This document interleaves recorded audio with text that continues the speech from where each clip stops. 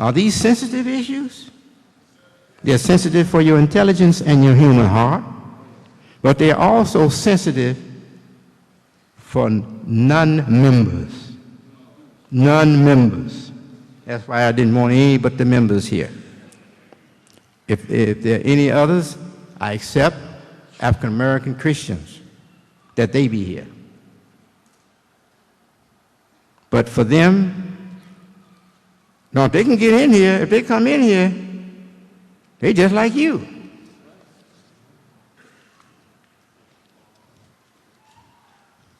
A lot of those preachers, they wouldn't dare come in here. They don't want anybody to see them doing anything that make them think that they are pleased with the Muslim being in America and having the freedom of religion. Man, if we had black Christians as our presidents, we would have no more freedom of religion in this country. Because the leaders among them, they watch us like a hawk, watch a chicken. Now, a hawk will fly over a prey for a long time, but he's going to watch it. Now, don't let him get hungry. The hawk get hungry, swoop down on you. And pity you.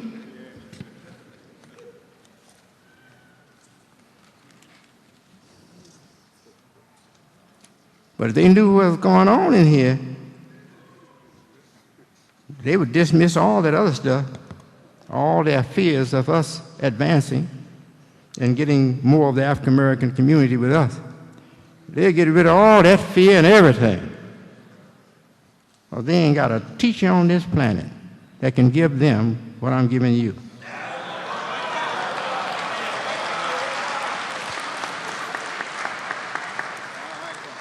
And believe me, most of them know that. You don't know it, but most of them know it. You don't know it because you're too low to the ground. You haven't ascended.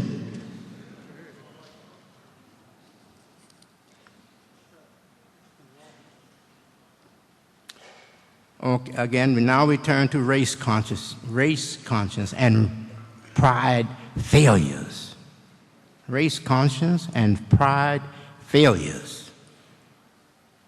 And we're going to use a word here that I have to give you a definition of. I told you we have a running vocabulary here.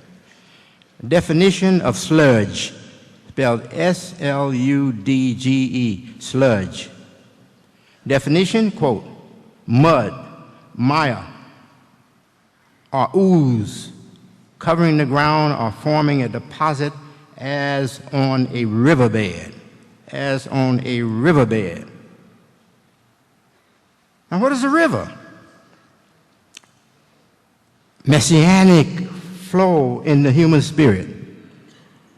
It's a roaming messenger in the human spirit. Where did it come from? Like Moses, it come down from the mountain. Where is it going? Where water levels off.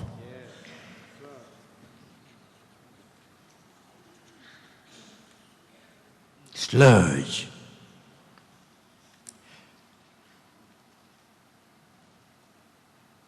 So in the Quran, we are told how foam and froth and impurity is churned up by the water or pushed out by the water. Like the metal boiling pot of the metal worker. He puts the metals in the pot to melt them so that they would be fluid, and he can make molds for them and shape whatever he wants, making different things, huh?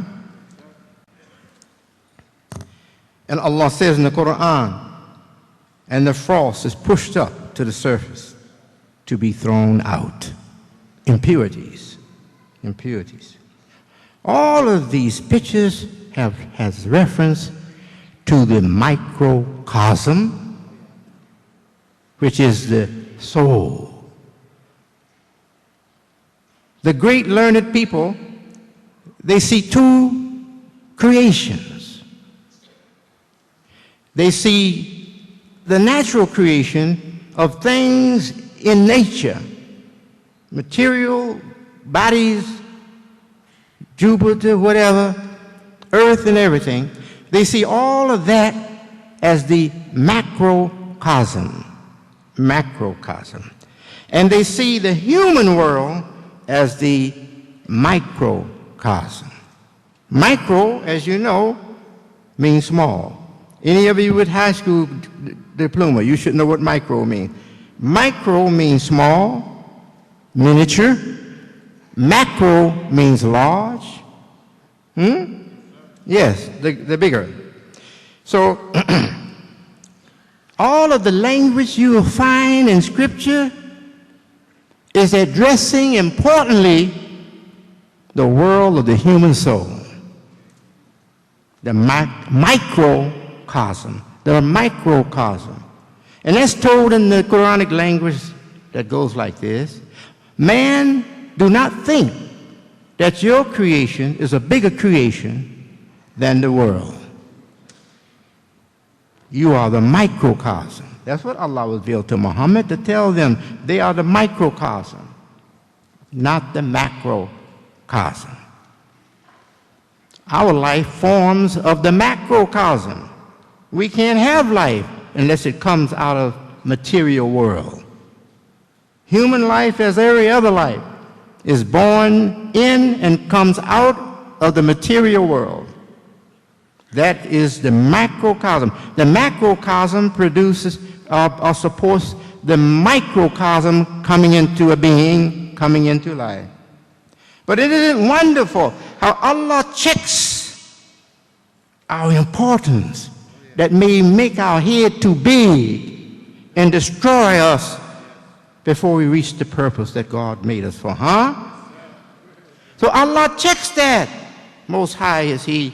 He checks that by telling us your world, your human existence is not a bigger matter with God than the creation of the heavens and earth.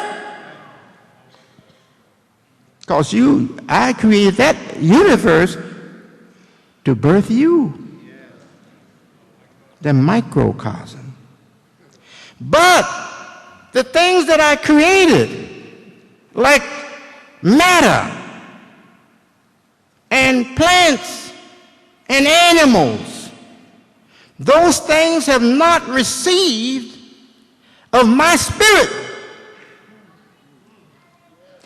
a communication for a free mind or human intellect. So I've created you, though you are smaller than the universe, I've created you to engage the universe, all of it, with your intelligence and your heart. Yes, with your intelligence in your heart. وَسِعَ كُلِّ شَيْءٍ عِلْمًا وَرَحْمًا. He has created and extended, caused all his creation to grow and expand upon what rule of knowledge or principle? That you engage it with your intelligence, but out of respect for the share that every human being in the family of man is entitled to. So don't be selfish with the knowledge when you get it. Be compassionate. Be compassionate. Rahmah and compassion. Mercy, compassionate mercy. So you have to embrace, you have to engage this creation with your intelligence and with your heart. The two have to constantly work together so that your intelligence does not cause problems for the human heart, and so that the human heart is not left blind. Two working together. So the intelligence does not go off the track of moral excellence and hurt the world of human beings, or persons, and so that the heart will have light and not be blind. I love Nat Cole. I used to sing all his songs. Jill can sing most of them. You might not want to listen to me, but I can sing most of them. He said, my foolish heart, my foolish heart.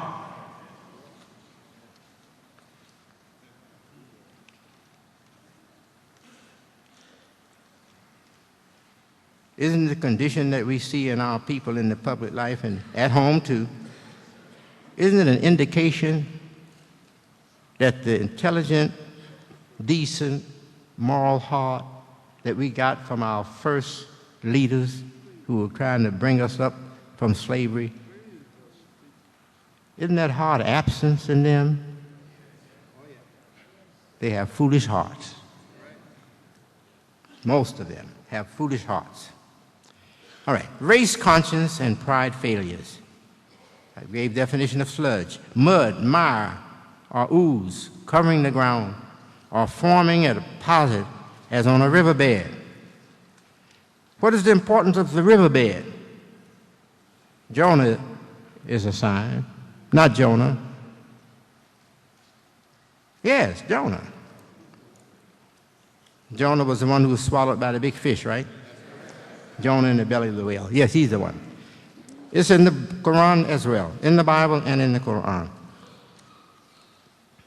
And he was swallowed by the big fish, and the big fish spat him out upon the shore, the riverbed, the shore.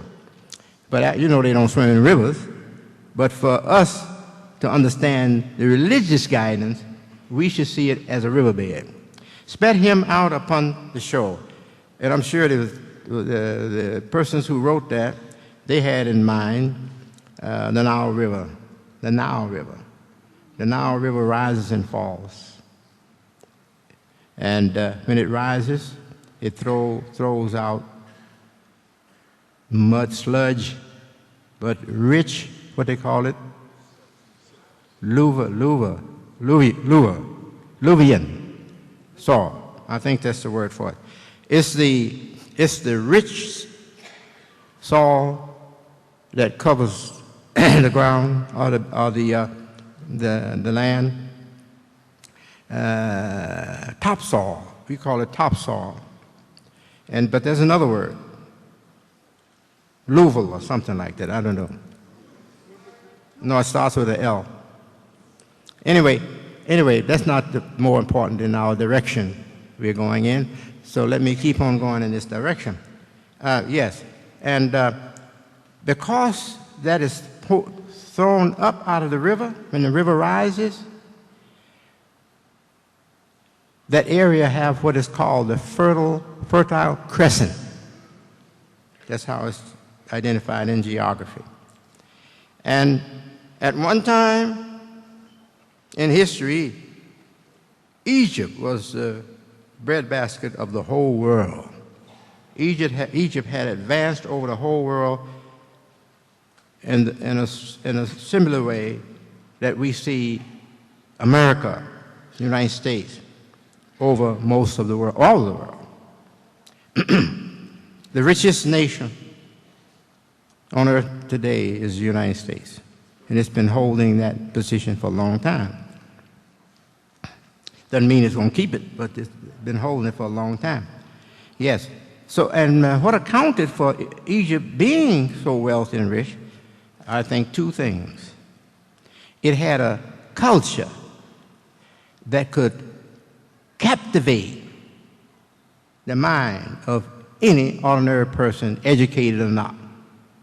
When people came into that culture environment and its magnetic field, its attraction on the mind and heart and life of a human being, they were so captivated, it's almost like they were hypnotized.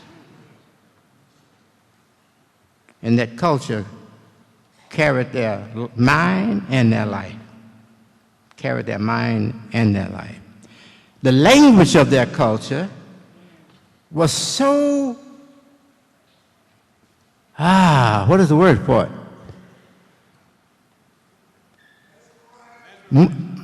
Was so much constituted as kryptonite, granite, even harder, kryptonite.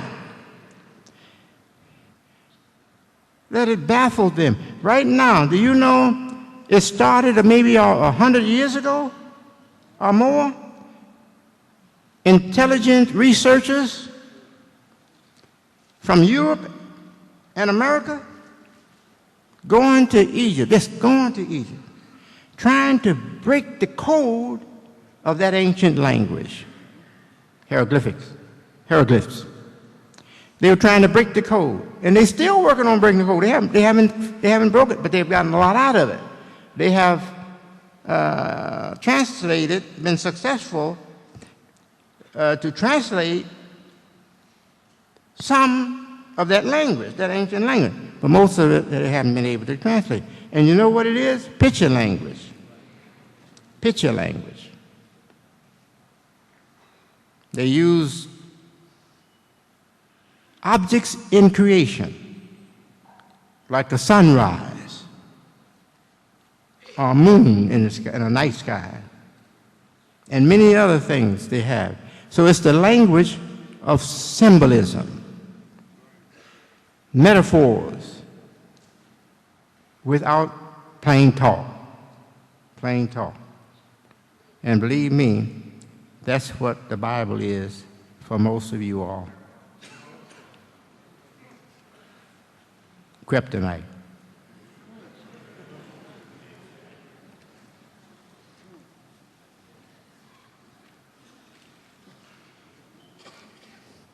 No, the mother was told, and flee to Egypt with your child.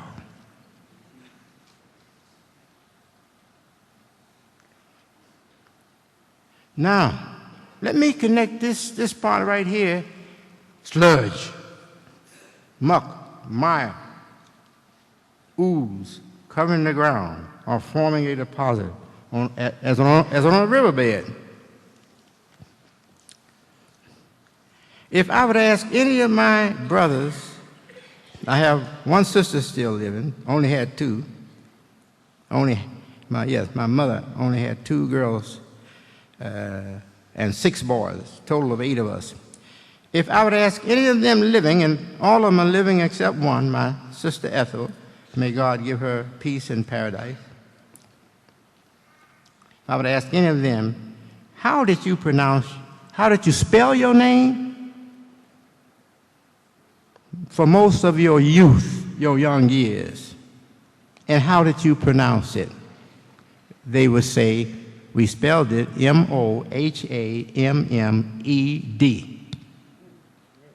That's what Mr. W.D. Forty left with us. M-O-H-A-M-M-E-D. That was on my father's license when he died, driver's license. On my birth certificate that I got, my father, Elijah Muhammad. They didn't say Poole. Now that's wonderful that in Detroit, he was permitted to use his name, his right name, and put it on my birth certificate, have it put on my birth certificate. Elijah Muhammad. And my mother, Clara Evans Muhammad. Now they put her middle name or her maiden name on my certificate, on my birth certificate. Clara Evans Muhammad. And my name on my birth certificate, Wallace D. M-O-H-A-M-M-E-D.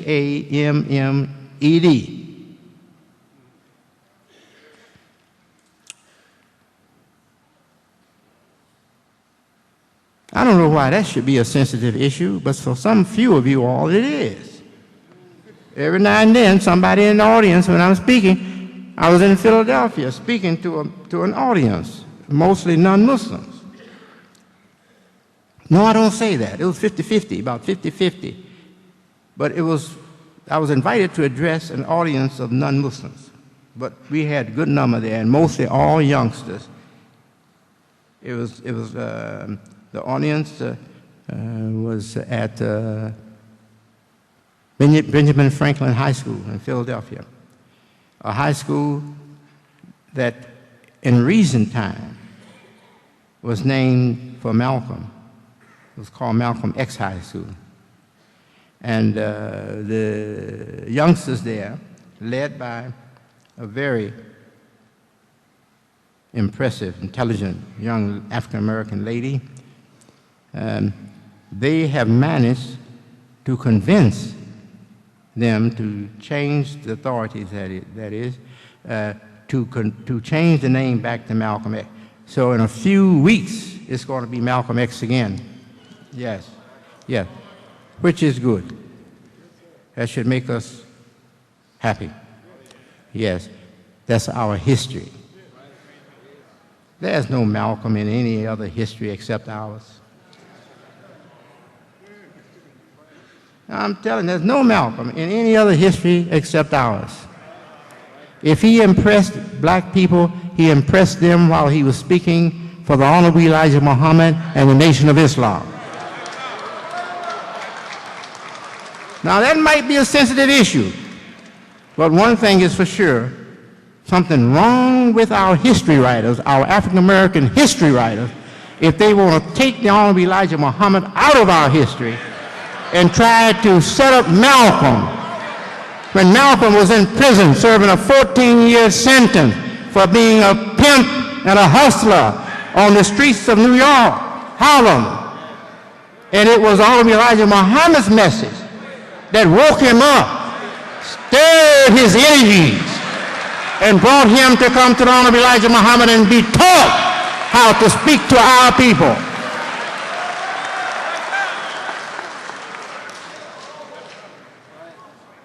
No, credit is due to the person that deserves it and has earned it. Don't give another man's earnings that's due another man. Take the earnings of one man and give it to somebody else that didn't earn it. I'm not knocking Malcolm. I love the man. My brother Elijah Muhammad loved the man. We loved the man. My mother loved the man. He came to my house, and what did my mother say to her? She said, he's like my son too. She let us know her respect for him and her appreciation. She said, he is like my son too. And that's a real mother. And that's a real wife. That has her husband's work and interest in her heart. And if she see you supporting it, you're endeared so much that she will tell her own children, her own boys, he's my son too.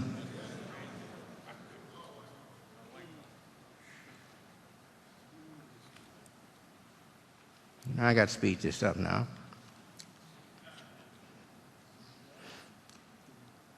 Our burning passion for race pride rises the back of spiritual insecurity. Yes, we are not the way we were in the early days of this history of black people. We used to have a potent, energetic spirit. But now, spiritual insecurity rises us. As a people up from slavery, it is expected that we would be united as relay runners in a race for all that is good. Quote, a race for all that is good. Allah invites us in our holy book, say, be together in a race for all that is good.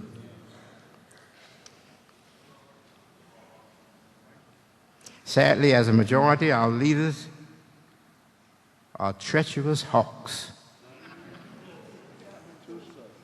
Yeah. They hover above the heads of leaders who belong to a different spiritual life.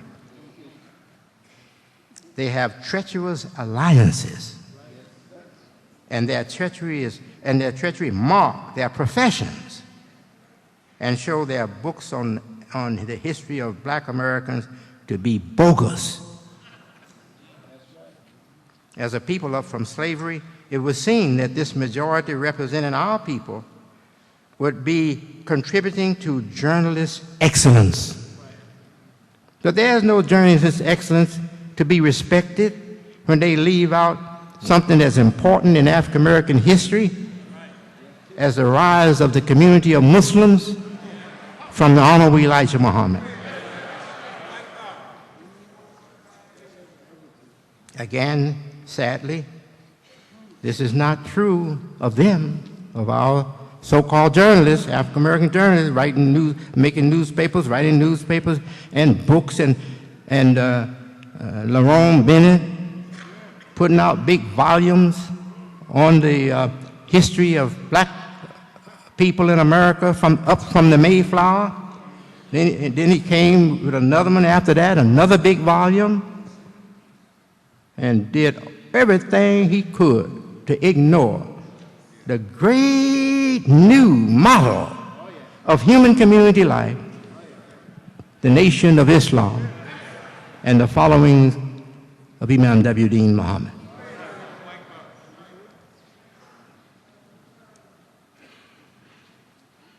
That make the pages of their book nothing but trash for the waste bucket.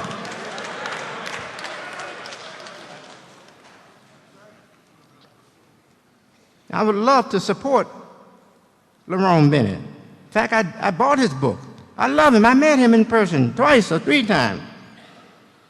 But when I look at what they're producing and calling it literature, calling it history, I'm telling you, it cramps my style. It makes me want to act ugly, kick somebody in the rear.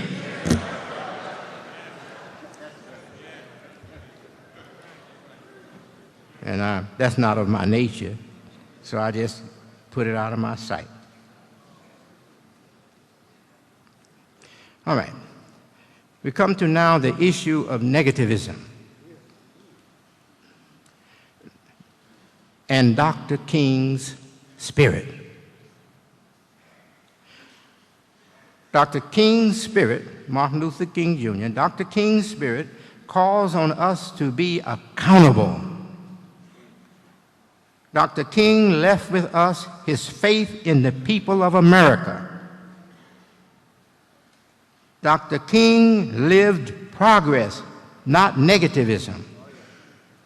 Dr. King's faith is homegrown.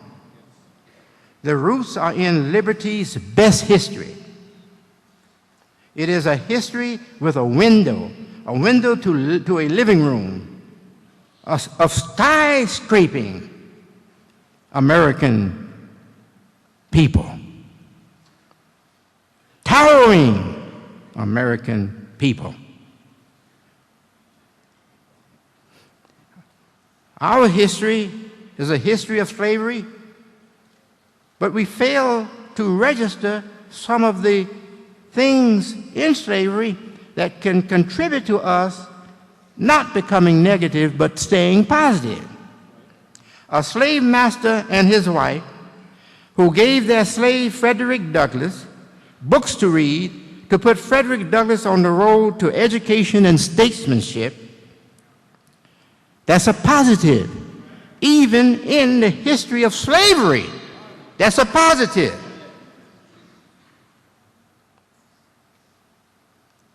Our history is also a history of abolitionists who were European Americans, whites, Brother Mandingo, white Christian Quakers and others. We know how Jews, going with our people in the segregated South to change them from segregating, open their minds, open their hearts, to force them, put pressure on them to get rid of the system of segregation and discrimination. And how 2 of the Jewish men were killed, helping us. along with an African American, also killed.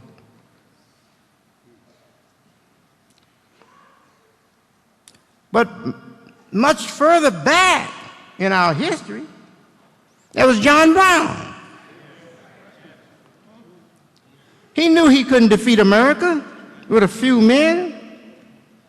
He knew he was going to lose his life, and all those that they could catch who was supporting him, he knew they were going to lose their life, and I'm sure he told them. Now, you know, he didn't have to tell a black man, you're going to lose your life. Black man knew they were going to die. They just accepted to die. Now, is that something that we should just skip over? Nat Turner, he led a rebellion, an open, violent rebellion. And they destroyed him. Don't you know he knew he was going to be destroyed? So what were they doing? They were putting their precious life, their precious blood into the soil of our microcosm,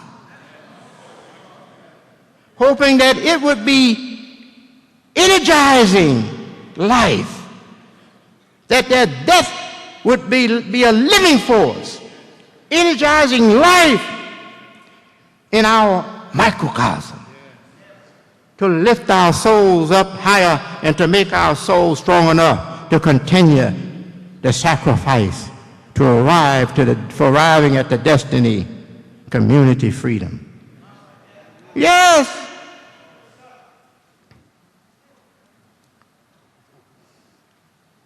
We can't talk about saviors and leave out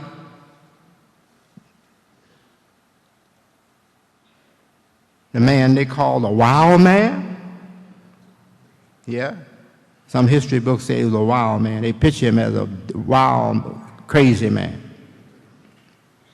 But I've seen other pictures that other people have. I've seen other pictures of him in picture books where he looked very civilized and intelligent. So we can't leave John Brown out of our history. And you do know that when I was a boy, John Brown was still in our conscience. I heard little children sing, John Brown's body lies resting in his grave, but his spirit is marching on.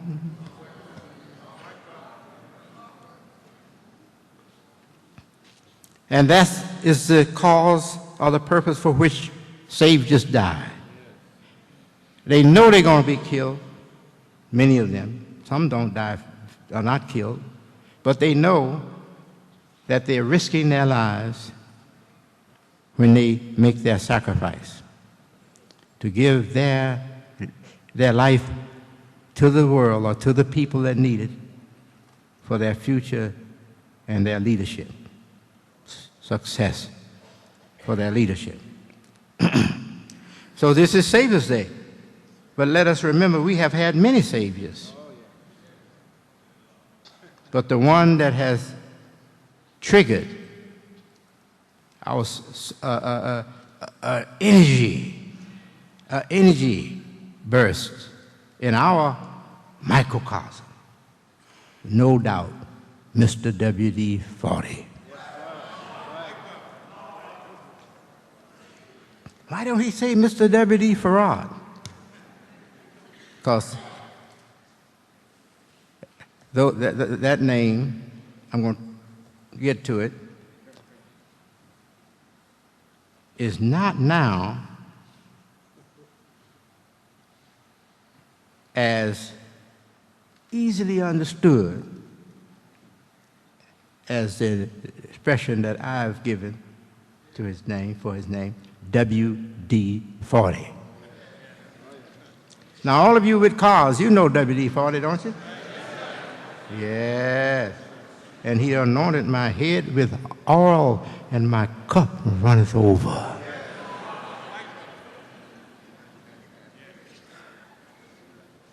Clean oil.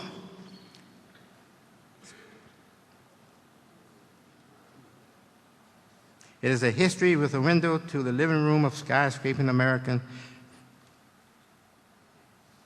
And we shouldn't forget any that have contributed, made sacrifices and contributed to us making progress on the road to destiny, manifest destiny.